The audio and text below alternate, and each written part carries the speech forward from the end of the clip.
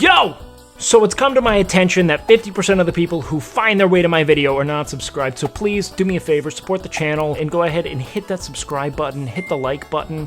Yo, Filippo, what up, dude? Yo. How you doing, man? Hold on, let me turn your volume up a little bit for you. I saw recently that you had a problem as well with your sleep schedule. I have like this same problem. Sometimes it's fixed, sometimes it isn't. Do you have like any advice? I mean, so for me, the issue with my sleep schedule has more to do with the fact that my work schedule lacks any kind of like prevailing rigor. Like there's nothing binding me to a single time, and so it's been one of those things where I have started to, let's say, wake up later so that I have more energy going into my more evening-oriented streams. That's been kind of the primary concern, right? It depends on whether or not you are, I guess, at odds with another kind of, let's say, like scheduling imperative. If so, makes a lot of sense. However, the main reason why I have such issue with sleep is because of the fact that I work nights, essentially. That's more or less my concern. What do you think is making it such that you are having an issue with your sleep schedule? I think mainly the pressure of where I will end up. This is interesting because like your issue with sleep is rather like symptomatic of greater stressors, right? Like a generalized anxiety almost about life and what it is you want from it. Because I know I can work a 9 to 5, right? Mm-hmm. I can do a basic job.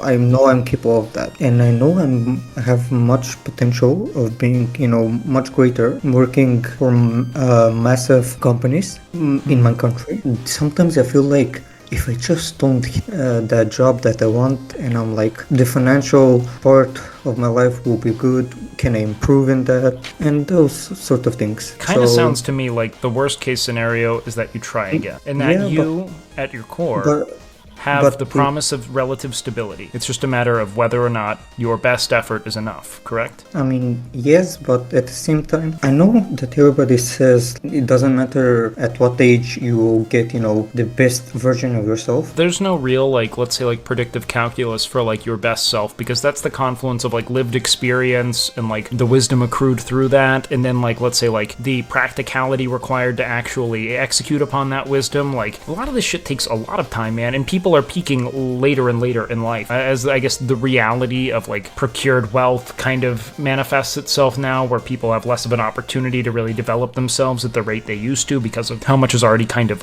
purchased or monopolized. So like at 22 I had very different goals, very different objectives, and I tried and either outright failed or ejected from them, because the closer I got to those goals, the clearer my lack of, let's say, like passion, taste, or desire to live within those goals became, So a lot of times what it is we're provided with, and this is kind of life in a nutshell, at least in my experience thus far. I'm not that much older than you, I'm only 28, but my experience thus far has been that life is just it is nothing but a series of trial and error processes in which we attempt something, see how it is we feel within it, and then determine whether or not we want to continue, right? There are going to be times, let's say, where the world decides for us that we, for whatever reason, are not what that thing is looking for, right? So in the event that you go into your master's studies and you fail, and that is your best effort and you give it all that you can, it seems as if it's the fear of the unknown, or perhaps a fear of like a sort of shame that would come with failure that I think we're really averse to. But it's important to know that when it comes to failure, that is like a necessary, and not necessary, it is an imperative, like unavoidable component of forward momentum, change, and development, right? Without failure, there's no real locus of progress, right? Because progress typically happens around failure. You might have to reformulate and revise your existing studying strategies, how it is you go about like internalizing information. That's the process of becoming better. It demands failure of you, and if you aren't pushing yourself to failure, it's going to be really hard to move forward. But all right, man, I have got to go to the next caller here shortly, but feel free to call in the future and let us know how you're going. Thanks for calling in, man. Thank you for taking time to call.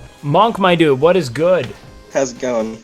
It's going, man. We're chilling. What's the word with you, dude? How are we feeling? What's going on? Just wanted to come on and chat with you. I'm here for it, man. Anything.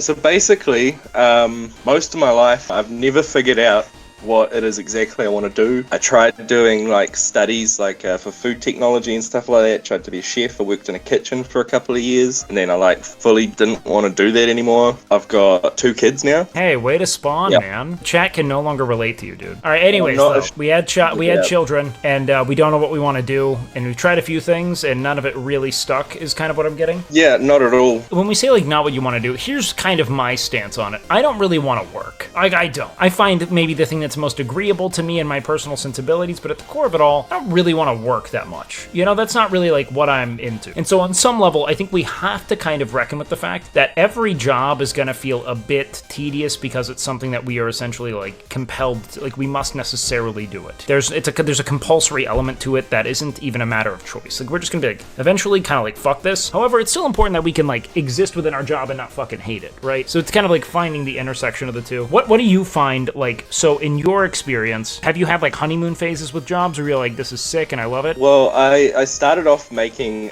like pallets and bins for like apple bins, and I ended up injuring, I got like a nerve trapped in my back, so I had to stop doing that for a while, and I kind of never really got back on it again. I went through a couple of years of having like physio and you know, I never quite got back into those kind of things, and then trying to find something that's not reoccur or hurt myself again, because I can't really afford to go through that again. Trying to figure that all out is just crazy. Physical labor right now has been kind of nullified for you based on your present injury state and everything, and that like getting over what that work has done to you physically has made it such that anything thereafter is kind of null. Most of the things, the laboring jobs, it's like I can't do like repetitive motions with my shoulders and my neck.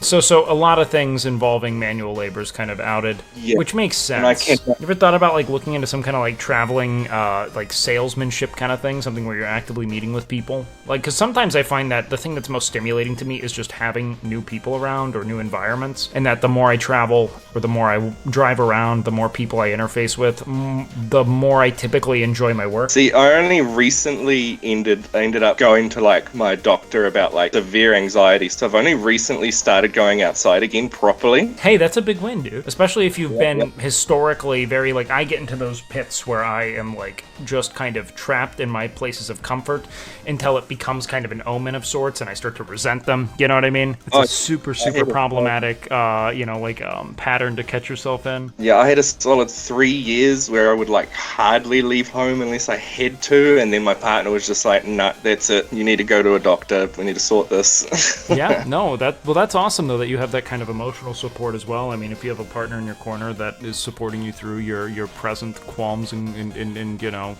like quandaries, that's really big. We've been together like 11 years now.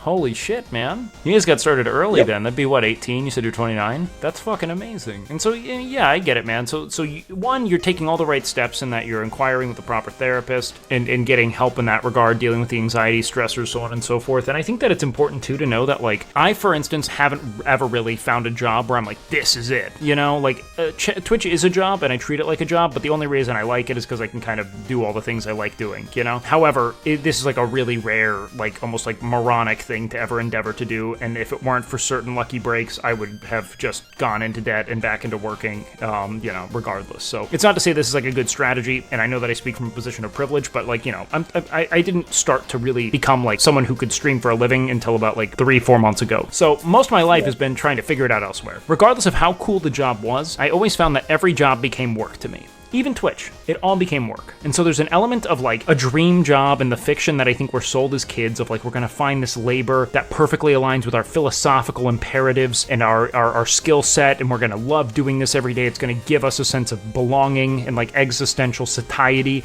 but that doesn't really fucking happen, in my experience at least, you know? Oftentimes, labor is labor, and it's fundamentally repetitious and a bit disenfranchising, regardless of whether or not you think you love it at first. And so for me, a really good job is something that presents two things: financial stability and like enough free time to meaningfully engage with the things I enjoy. I think for a lot of people, there is no dream job.